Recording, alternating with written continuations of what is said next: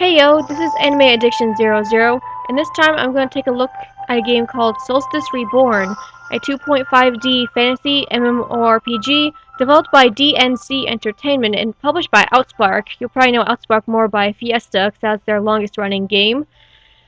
I'm pretty sure, other than Project Powder.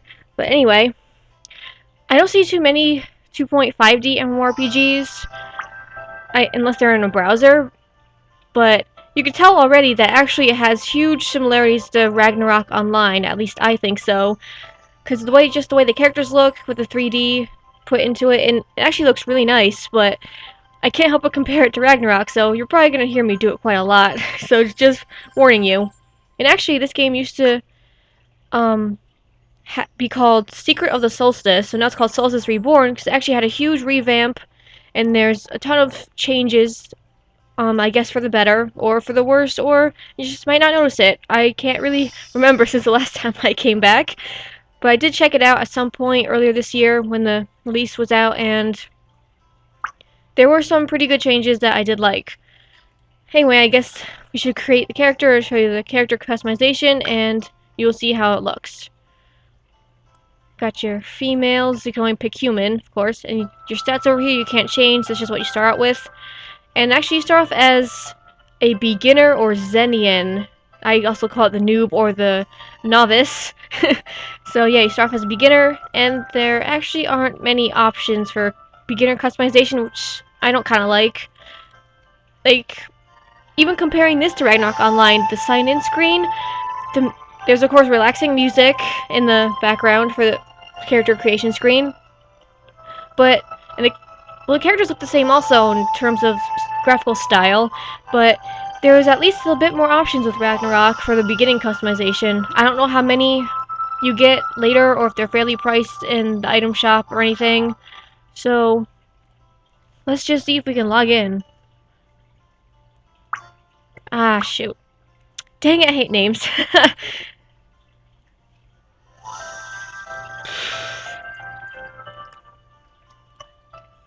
There we go, just a totally random name. That always works.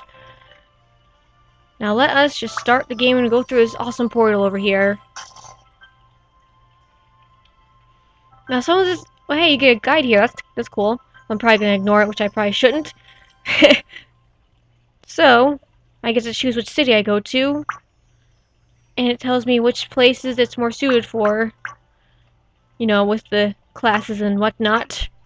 I honestly don't know, so I'm just going to click Brynhild. Brynhild? Yeah, sure, I'll go there. Although on the website, on Outspark's website, it says that, you know, some of the changes is like enhanced UI, user interface, which I guess that's nice, because up here, a little change up here was actually the hit point bars were like, you know, it wasn't as smooth as this. It was kind of odd. It's kind of odd to explain. And while this place is crowded, it's probably gonna make me lag. Oh god. But the hit point and skill point bars, or the magic point bars, they weren't smooth, and they were like huge chunks stuck together, and it didn't really look very nice. So that's the, you know, changed, and you know, it's a nice small change. And they also have item enchantment now, and apparently item crafting, which I know they didn't have before. And they say expanded gameplay mechanics. I don't know about that, because I haven't played to, you know, really know. And they also have these partnership quests, which I don't know. I just don't know, because I think that would be, when I play, I would actually know more about it, which makes sense. And here I'm just doing the little quick newbie quest. I was apparently teleporting to all the new cities and towns, not reading a dang thing, and it actually auto moves me to the next spot, which is nice, so I'm better make sure not to click anywhere, because I'd probably get lost. But one thing I do know that they changed with this from when I first played, was actually called Secret of the Solstice, was that they didn't mark any of the quests on the map or anything like that.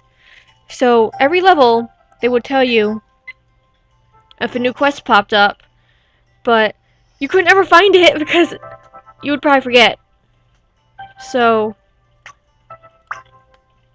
Yeah, it's it was ridiculous. Like, there was no point in doing quests, you just had to do grindiness, and it was really ridiculous. And I think I'm being told to use skills here, so I'll try.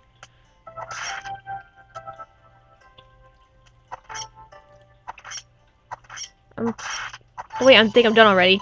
I just punched this poor pink practice Poyo. Poyo? Okay, this cute little pink kitty thing. I had to punch it to complete the quest. Abuse! I flag abuse! Well, actually, that's probably true in all MMO games, because they do not like cute things. And most of these, Japan or Korean-based MMOs, they don't like cute things. You always end up, killing cute things first. And sometimes they're cute, strong ones later. I guess they get revenge for their brethren early on.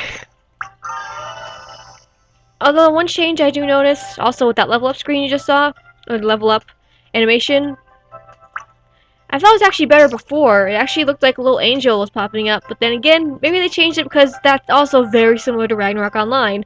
Whenever you leveled up, a little angel would pop up in the Ragnarok Online. Oh god, similarities. And apparently I'm going over here now.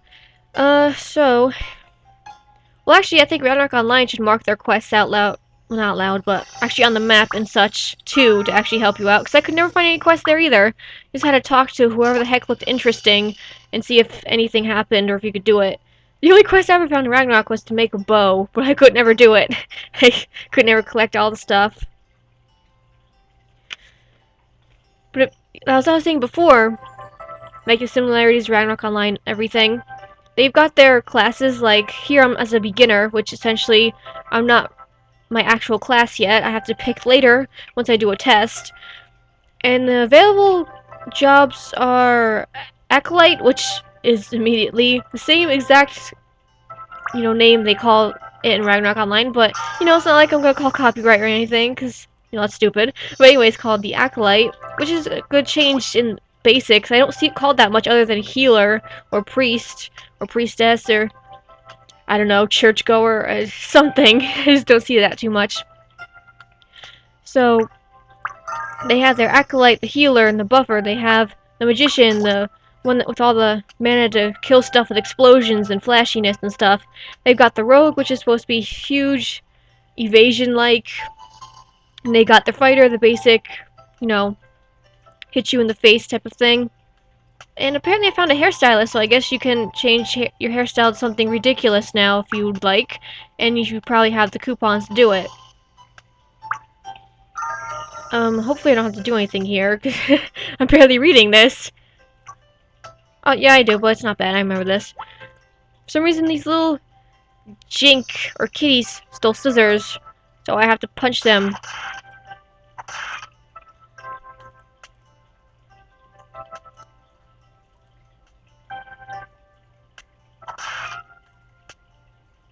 That's weird. For some reason, it's not letting me attack. That's okay. I'm pretty sure it was these, though. Oh, there we go. That was odd. And now items that drop are now all in an item box. Double click it, and I pick it up. And I found it, and for some reason that kitty didn't want me to attack it, which I guess I don't blame it. Oh hey, you get free haircuts. Yeah, otherwise it's probably a cash shop thing. So at least they do have more customization for your hairstyle.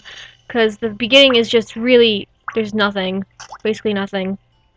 So yeah, they have the magician. I combined acolyte and magician.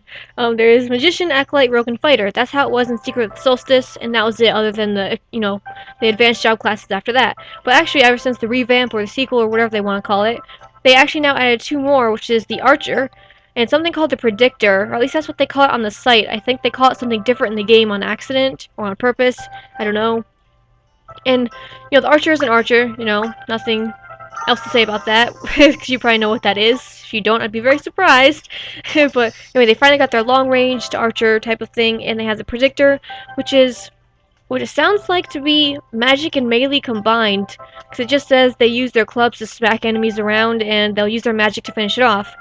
So yeah, I assume they are almost a jack of all trades, or if anything, they're going to be very good solo class, because they have buffs to make their attacks stronger, so they can continue to beat stuff up, and they probably have actual magic attacks to get through high defense monsters. But because since they sound like such varied, widespread characters, I had trouble trying to figure out what the heck stat points would be best for it when I tried it soon after that. So I guess that's my own problem, but I always have problems figuring out where the heck to put stats.